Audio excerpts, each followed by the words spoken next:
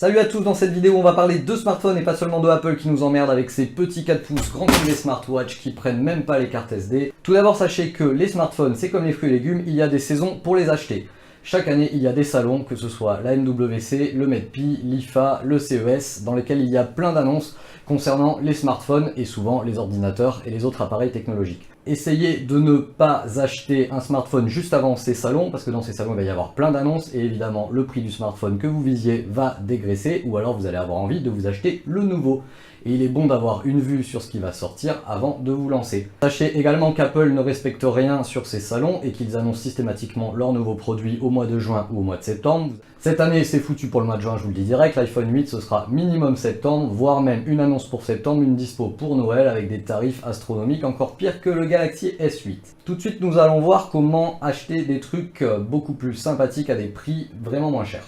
On va commencer par le site Phone Arena, c'est le meilleur pour comparer les tailles d'écran. Et les tailles d'écran, c'est le premier critère pour les gens pour choisir le smartphone, parce qu'ils ont comparé avec des amis, parce qu'ils ont tous dit la connerie du « ça rentre pas dans ma poche », alors que je vous rappelle que les filles, vous le mettez dans le sac à main, parce que de toute façon vos poches de jeans sont ridicules. Et quand vous arrivez sur ce site, vous allez dans la rubrique Phone, vous allez dans la rubrique Sales Compare. Si l'anglais vous fait peur, vous faites un petit clic droit, traduire en français, en tout cas si vous êtes sur Google Chrome. Ici par défaut, il nous a mis un petit LG G6, fous-moi le camp, un petit iPhone 7, fous-moi le camp.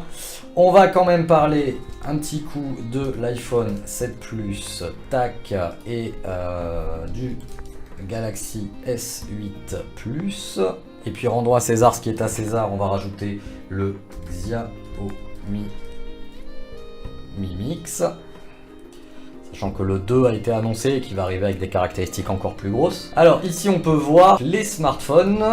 Si ça vous suffit pas et que si comme moi vous jouez du contrôle molette toute la journée parce que vous avez plusieurs écrans avec des résolutions différentes, sachez que vous pouvez étalonner votre écran. Alors étalonner, qu'est-ce que j'entends par là? Vous mettez une carte de crédit, vous inquiétez pas, aucun pirate arrivera à piquer votre carte de crédit avec ce système là. Vous posez votre carte de crédit contre l'écran, vous faites un plus, un moins pour avoir vraiment la bonne taille de votre carte de crédit sur l'écran. Et quand ça fait la bonne taille, vous pouvez revenir sur les smartphones, Size Compare, et ici, par rapport à votre carte de crédit, vous allez vous rendre compte de la taille du smartphone. Alors ici, qu'est-ce qui est intéressant? C'est que si vous cliquez ici sur Si Spec Compare en haut à droite, vous allez voir, tac, que l'iPhone 7 Plus fait un écran de 5,5 qui est un écran on va dire normal pour une phablette, en tout cas une phablette de 2016. Le Galaxy S8 fait 6 pouces 2. Oh là là mon dieu c'est trop grand, ça ne rentrera jamais dans ma poche. Sauf que en fait le Galaxy S8 Plus, l'écran occupe 83% de la surface du téléphone, là où pour l'iPhone il occupe seulement 67%. Alors il faut savoir que sur le Xiaomi Mi Mix, ça occupe même 84%, donc Xiaomi a réussi à faire encore plus que Samsung. Je ne doute pas que l'iPhone 8 va remonter ce pourcentage, à mon avis juste en dessous de ça, étant donné que c'est Samsung qui va vendre les écrans de l'iPhone 8 et que je les vois mal avoir vendu un meilleur écran à Apple qu'un écran qu'ils se sont gardés pour le Galaxy S8. Comparez également les matériaux, est-ce que c'est en aluminium, est-ce que c'est en plastique cheap, est-ce que ça résiste à la poussière ou à l'eau, les couleurs disponibles, alors, souvent il en manque là-dedans, la résolution de l'écran, ce qui va avoir surtout son importance sur l'autonomie, donc privilégier le Full HD, le 1920 par 1080, franchement avoir plus c'est juste se pomper la batterie et ne pas être sûr de finir la journée avec une utilisation intensive. Le capteur dorsal de la caméra, l'ouverture, donc le chiffre d'ouverture, plus il est bas, plus ça prend de lumière, plus quand vous serez en soirée et que vous allez faire des photos comme des gros porcs avec à peine une lampe de poche dans la pièce, moins vous allez avoir un grain dégueulasse sur toutes les photos de soirée de merde qu'on peut voir fleurir sur Facebook. Et j'en parle même pas quand vous les faites avec le capteur frontal. Il peut y avoir d'autres importants, c'est la stabilisation en vidéo, si vous voulez pas avoir le mode tremblote. Voilà, le capteur frontal de la caméra, sachant que 8 mégapixels, hein, c'est pas 8 ou 5 mégapixels, c'est pas dégueulasse, hein, sachez que filmer en 4K, finalement, quand vous êtes du 4K, donc du 4096 par 2048 de haut, finalement, en fait, vous filmez avec des photos en 4K quoi. Donc c'est pas dégueulasse un capteur 8 mégapixels et c'est pas parce que Sony essaye de vous vendre du 20, du 22 mégapixels avec certaines autres marques alors que la plupart des gens c'est pour les afficher sur des réseaux sociaux de merde qui compressent les photos comme des gros porcs. On arrive à la puissance matérielle, donc ici on a les processeurs, savoir s'ils sont 4 cœurs, octo-cœurs ou tout ce que vous voulez. Le processeur graphique où là il va plutôt falloir aller sur des sites spécialisés pour voir si votre dernier petit jeu 3D à la contourne.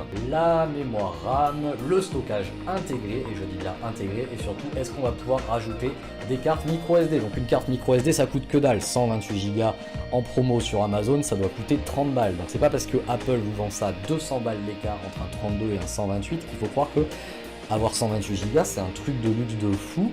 Avoir 128 Go dans une petite carte SD ça coûte que dalle. Donc après on peut débattre sur les performances d'une mémoire intégrée par rapport à une mémoire de carte SD et aussi sur l'aspect fiabilité parce que les cartes SD ça crève sans prévenir. Tous les modèles, et il en existe aussi sur Android, hein, les Nexus 6P ou les Pixel n'ont pas de port pour mettre les cartes SD, c'est juste de la grosse enfilade. On arrive sur la batterie qui va vous donner le deuxième indice sur l'autonomie. Donc grosso modo, si vous avez un truc en dessous de 3000, c'est dégueulasse. Si vous avez un truc au-dessus de 4000, c'est sympathique. Si vous avez un truc qui atteint les 5000, 6000, c'est que vous avez acheté généralement un gros parpaing. L'autonomie, c'est quelque chose de très difficile à estimer, en tout cas en heures. Tout ce que vous allez lire en dessous, ça va être de la connerie. Puisque grosso modo, c'est est-ce que vous êtes en 4G ou est-ce que vous êtes en 2G avec le téléphone qui pousse à fond pour essayer de capter. Est-ce que vous mettez la luminosité à fond? Est-ce que vous utilisez le Wi-Fi? Est-ce que vous mettez le Bluetooth? Est-ce que vous lancez le GPS dans la journée? Est-ce que vous matez des vidéos? Est-ce que vous lancez Clash of Clans codé avec les pieds? Tout ça, c'est ce qui va faire votre autonomie de la journée. Et donc c'est impossible de vous annoncer, si toi t'achètes tel téléphone, tu vas durer tant d'heures. Sachant qu'en plus elle va s'user avec le temps et qu'en plus la mode n'est pas à pouvoir changer la batterie soi-même. On arrive sur la case cellulaire qui a son importance sur les fréquences. Je t'invite à aller voir ma vidéo où tu peux tester tes antennes 4G avec les différentes fréquences. Ici dans le tableau ce qui va nous importer c'est la bande 20 et la bande 20 c'est souvent ce qui va manquer justement sur les modèles chinois et les fameux modèles Xiaomi ou les modèles exotiques que tu vas faire venir de chez AliExpress ou de chez Gearbest. C'est des modèles où souvent tu vas pas avoir le 800 MHz. Alors pas avoir 800 MHz c'est pas dramatique, tu vas quand même avoir de la 4G dans la plupart des cas, sauf qu'il y a des cas où tu vas pas l'avoir et où tu l'aurais eu avec un smartphone qui a la bande numéro 20. On peut regarder la connectivité, ça va être la génération du Wi-Fi, donc la dernière en date c'est le AC, sachant que le AD et le AX arrivent. La nouveauté sur le son sans fil c'est le Bluetooth 5, à noter que au moins sur le Galaxy S8 on a le port jack et on a le Bluetooth 5, donc on a la possibilité de mettre un casque filaire et la possibilité de mettre le meilleur du sans fil, puis le port de recharge, donc qui maintenant la norme ça va être l'USB 3.1 qu'on va retrouver absolument partout. Samsung était en retard là-dessus par rapport aux autres marques, donc le 3.1 c'est tout simplement un espèce de micro USB mais qui est réversible et qui envoie un max de jus. Ça aussi ça peut être une caractéristique. Allez voir sur les modèles les possibilités de turbocharge. Vous avez maintenant des modèles où en 20 minutes vous prenez 80, 90 voire 100% de recharge du téléphone, puisque comme ils sont pas foutus de faire des smartphones qui en haute utilisation tiennent toute la journée, au moins ils ont travaillé les technologies qui en 20 minutes les rechargent et ça c'est cool. On pourrait évoquer également les technologies de paiement sans fil et autres applications, hein, puisque le NFC sur Android peut servir à connecter des enceintes Bluetooth, à échanger des données ou des photos. On pourrait évoquer la présence de capteurs digital et surtout leurs emplacements, parce que des fois il est du bon côté du smartphone, des fois il est de l'autre côté en plein milieu, ce qui moi je trouve est le meilleur positionnement.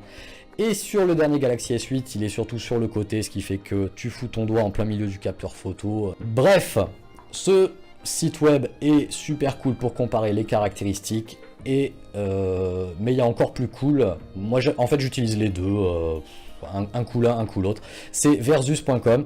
Versus.com, lui il est en français d'origine, vous rajoutez juste un slash fr, versus.com/fr. Sachez que ça marche pas que pour les smartphones, hein, vous pouvez mettre les appareils photo. Bon là ils mettent les villes et les universités, ça c'est que pour les USA.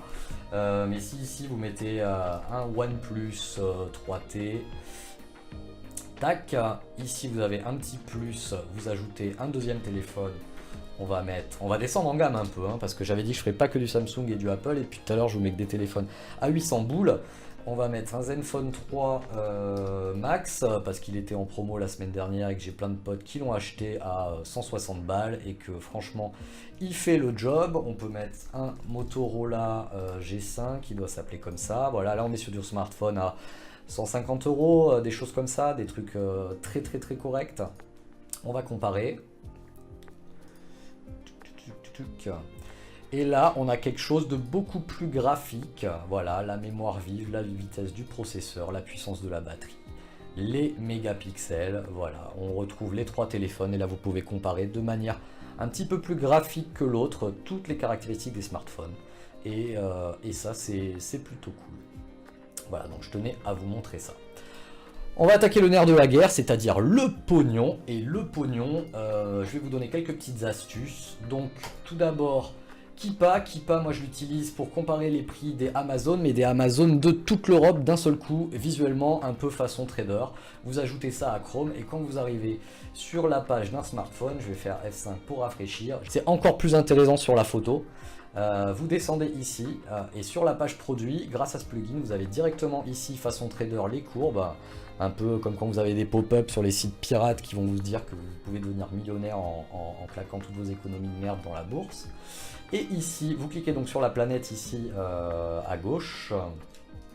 Et sur cette planète va apparaître un petit graphique où là vous allez avoir tous les Amazon, Allemagne, Italie, Espagne. Et vous voyez qu'ici, le smartphone typiquement en France, il est à 529, en Italie, il est à 703. Donc je pense qu'un Italien qui dispose de mon plugin va avoir envie de l'acheter en France. Donc sachez que votre compte France Amazon, il peut vous permettre d'aller payer n'importe où sur tous les Amazon d'Europe. Vous n'avez même pas besoin de re-rentrer l'adresse. Si vous êtes paumé, que vous comprenez rien à l'allemand, vous faites clic droit traduire sur la page et vous verrez que ça arrive en quelques jours. Alors oui, vous allez vous taper 7 € de port, mais si c'est pour gagner 200 balles sur le produit, ça vaut le coup. Vous avez exactement le même service après-vente et les mêmes possibilités de renvoi. Et ça, c'est plutôt cool. On n'a pas abordé la partie software qui a aussi son importance, que vous pouvez retrouver sur les sites de présentation de caractéristiques. Si vous achetez un smartphone haut de gamme, vous allez être sur du Android 7 qui est la dernière version jusqu'au moins l'été 2017. Si vous achetez vraiment un smartphone de merde chinois particulier à 100 €, vous allez être plutôt sur du vieux 4.4 ou du Android 5 avec des possibilités de mise à jour quasi nulles. Sauf si votre produit se distingue par tous les geeks du monde entier et que les forums spécialisés vous boostent la version d'Android en faisant des bidouilles et en passant un petit week-end à lire des forums anglais, à bidouiller la chose. Si vous n'êtes vraiment pas bricoleur niveau software, en gros, votre produit, à part si vous achetez ce qu'on appelle un flagship, donc un téléphone qui va vraiment beaucoup se vendre, il n'y a quasiment aucune chance que vous ayez une mise à jour Android. Alors Google a essayé de pousser les constructeurs à faire la mise à jour obligatoire pendant 18 mois. Vous verrez que les constructeurs en ont juste rien à battre et qu'on les a avec 6 mois, 1 an de retard, voire jamais. Et ça, c'est vraiment le scandale d'Android. C'est ça, en plus de la fragmentation. Donc du coup, la dernière version qui est Android Nougat, vous voyez, il n'y a juste personne qui l'a. C'est-à-dire les Nexus et les Pixel qui sont juste hors de prix. Et vous avez encore du Android 6, donc Marshmallow, et du Android 5 Lollipop, qui font plus de 50%. Là, je suis sur des résultats de 2017. Pour en revenir au pognon, si vous voulez vraiment des bons plans, je vous rappelle que j'ai fait une vidéo sur comment utiliser Twitter comme un moteur de recherche à bons plans. Je vous rappelle que ça marche même si vous n'avez pas de compte Twitter, vous ne voulez pas créer de compte Twitter. Vous allez sur twitter.com/ le nom de quelqu'un. Allez, on va pas être chauvin, hein, je vous rappelle, vous mettez langue de geek ici. Vous arrivez sur la page de quelqu'un et vous avez directement ici accès à la barre de recherche. Vous tapez bon plan smartphone. Vous pouvez mettre bon plan télévision, hein, ce que vous voulez. Vous cliquez ici par récemment, puisque ce qui vous intéresse, c'est l'ordre chronologique. Et ici, paf, vous avez tous les bons plans du jour, parce que s'ils ont 3 semaines, ça sert à rien, il n'y en a plus. Hein. Pour les gens qui ne peuvent pas se permettre d'aller glander sur Twitter toute la journée, vous avez donc l'excellent site Deal Labs. Vous allez sur Deal Labs, qui maintenant est très connu. Vous avez ici les catégories. Vous allez sur le high-tech, sur la téléphonie. Vous foutez ça en page de garde de votre navigateur. Vous allez le voir 3 fois par jour. Et vous récupérez des Galaxy S7 de l'an dernier à 359 balles, alors que le Galaxy S8 coûte donc le double, et vous avez bien sûr des promos sur des smartphones à 200 € et quelques. J'avais donc sélectionné celui-là dont je parlais tout à l'heure, le Zenfone 3, à 162 €, qui franchement n'a rien à envier au haut de gamme d'il y a 2 ans. Et il est même dual SIM, et pourquoi pas y mettre une SIM de chez Free en 4G illimité, des fois qui est un poteau Free de temps en temps, et une SIM chez votre opérateur habituel avec une bonne promo à 50 ou 100 Go, Comme ça, vous avez un free illimité 4G et puis un 50 Go en promo, et je pense que là, vous serez pas mal. Et puis avec des promos sur les forfaits à 3,99 balles comme a fait Bouygues il n'y a pas longtemps, et puis si vous êtes pro Orange à 9,99 chez Sosh, je pense que vous pouvez largement aller mettre 160 balles dans votre smartphone et voire même monter à 200, 250 balles. Voilà, c'est tout pour cette vidéo. N'hésitez pas à la commenter, à la troller, à la partager, à me mettre des petits pouces bleus, ce qui est important pour moi sur mon référencement YouTube pour attirer de nouveaux abonnés. Je ferai une prochaine vidéo sur le marché de l'occasion pour acheter les smartphones au meilleur prix, également n'importe quel matériel informatique, notamment sur les forums certifiés avec que des gens bien qui vous éviteront les grosses arnaques sur le bon coin. Je vous laisse sur une excellente musique de Sylvain Jambon sur les fanboys Apple. Et puis sur ce, je vous dis à très bientôt pour une prochaine vidéo.